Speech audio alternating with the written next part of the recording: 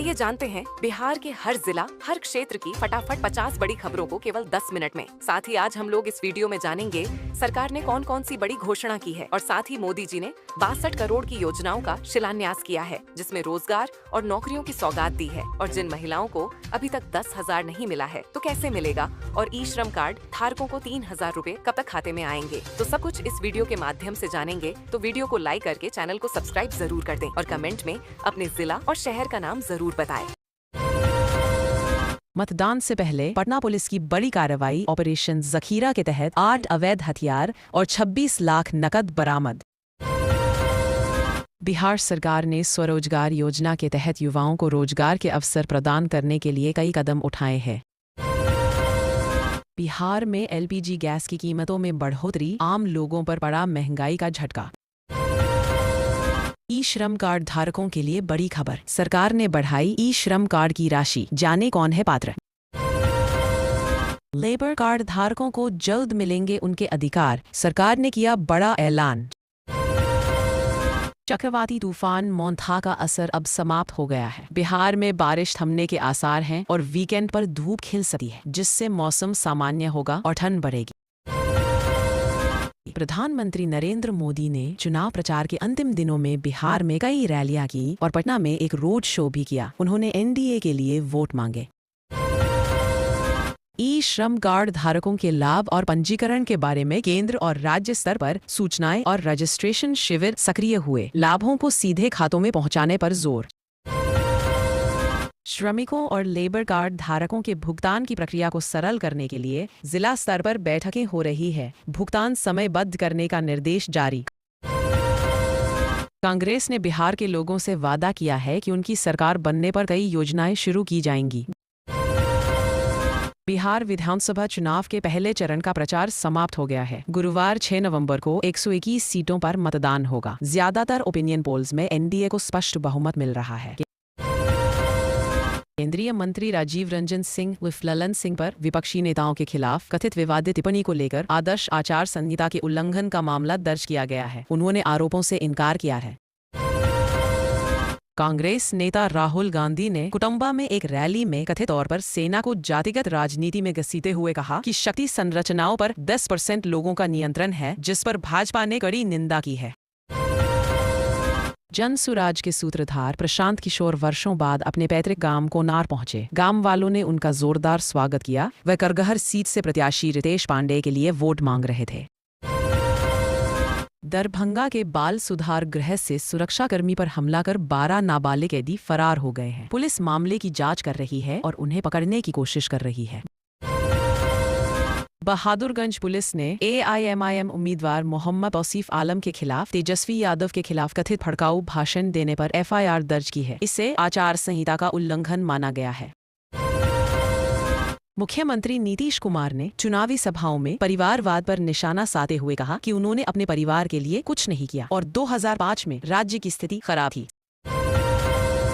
CM Nitish Kumar ने दावा किया कि उन्होंने राज्य में कानून व्यवस्था की स्थिति को ठीक किया है। उन्होंने मतदाताओं से एनडीए को भारी मतों से जिताने की अपील की।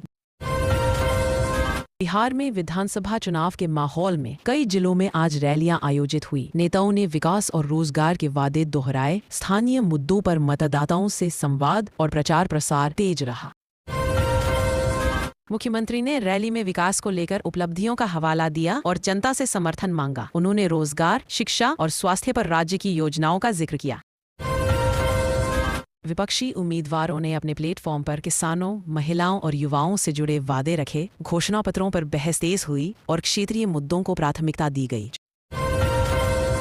चुनाव आयोग ने सुरक्षा के कड़े इंतजाम किए। संवेदनशील बूथों पर अतिरिक्त सुरक्षा बल और निगरानी तैनात करके शांत मतदान सुनिश्चित करने के निर्देश दिए गए।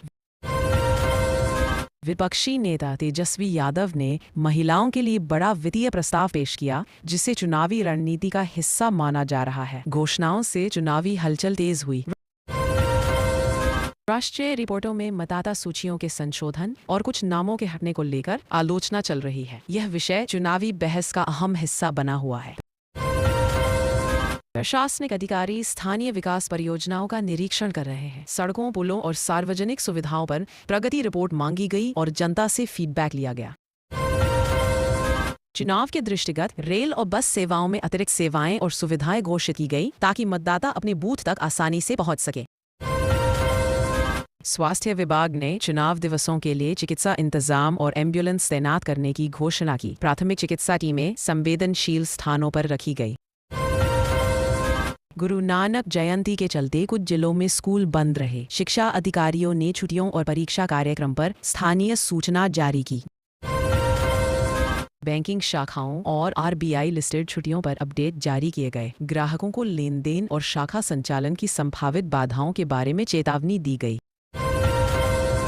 एलपीजी और गैस कनेक्शन योजनाओं पर जागरूकता बढ़ाई जा रही है। पात्र लाभार्थियों को सब्सिडी और कनेक्शन सुविधाओं के बारे में स्थानीय कैंप चलाकर बताया जा रहा है।